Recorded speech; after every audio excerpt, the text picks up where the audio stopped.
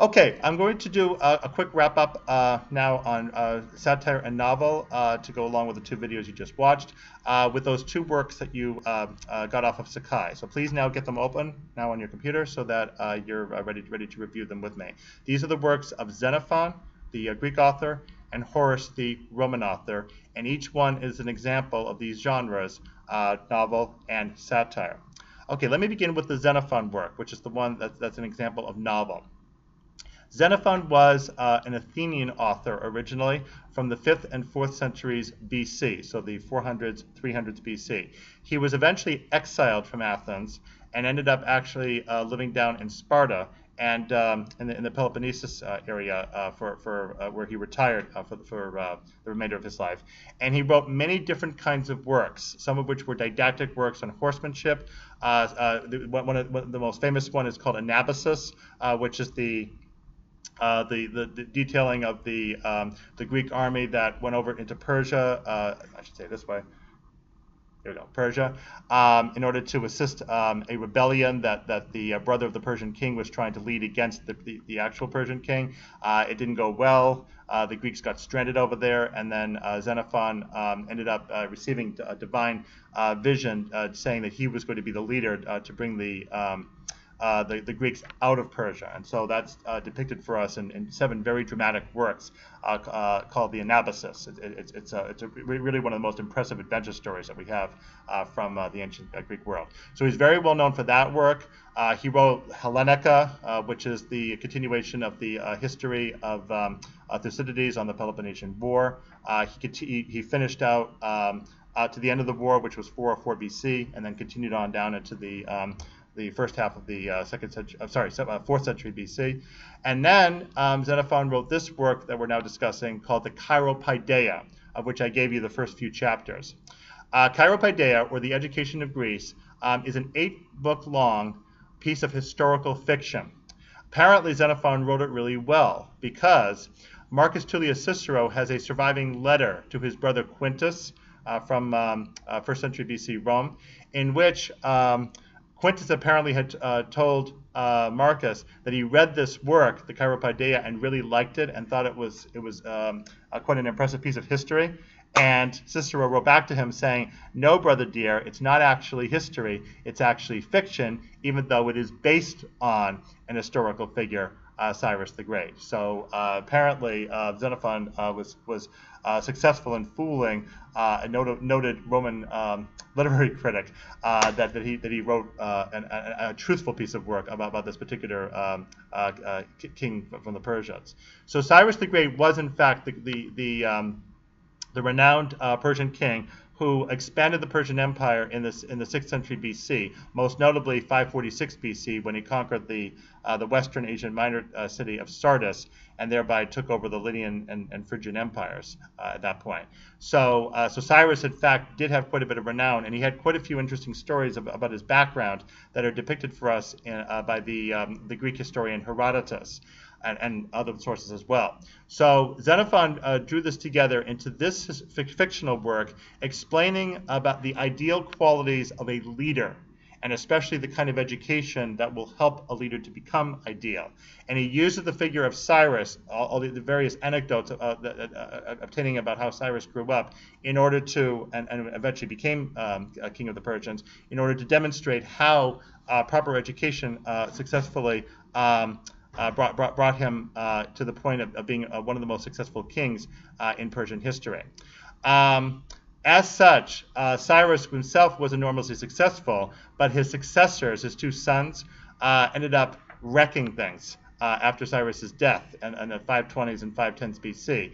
And there's a final chapter, the 8th one of the 8th book, that may possibly have been added on after Xenophon's death. It may be a spurious chapter, but which shows that once you have a very successful leader from all the qualities Xenophon has shown to be emulated, if those don't continue into his success with his successors, then things will fall apart afterwards. So perhaps Xenophon did mean to include that point there at the end, that it didn't work out well, unfortunately, after Cyrus's death with his legacy. But it also could be, again, that was a later added piece of commentary, the final chapter. In any event, though, it is an example of a novel. It's the earliest example that we have of it.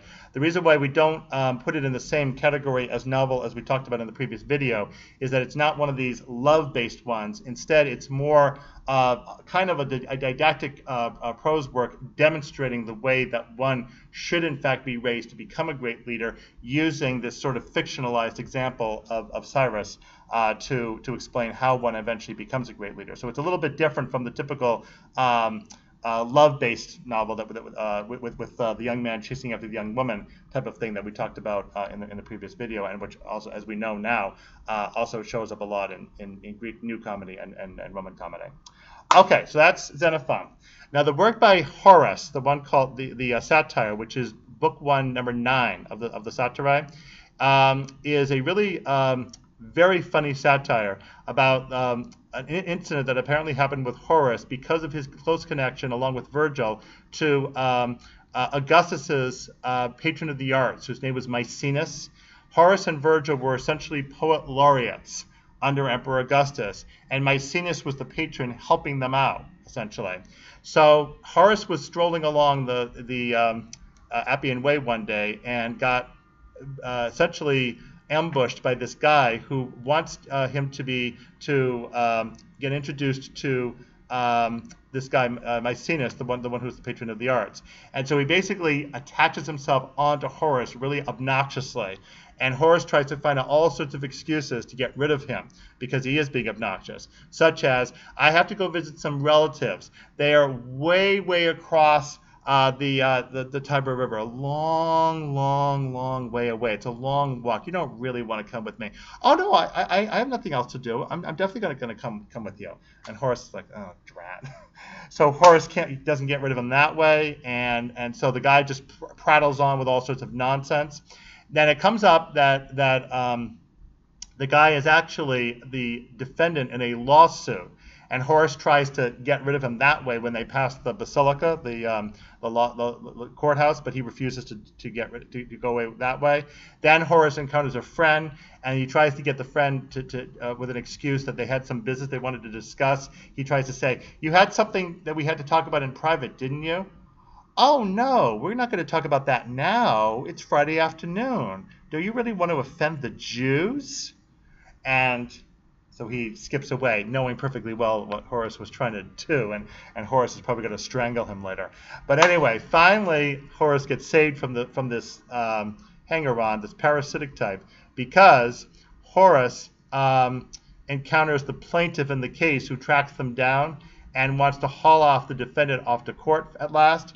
And he says to Horace, "Will you agree to be a witness that I'm taking him in legally?" Horace all too happily does this with his ear to say, "Yes, you can call me as a witness if you need to."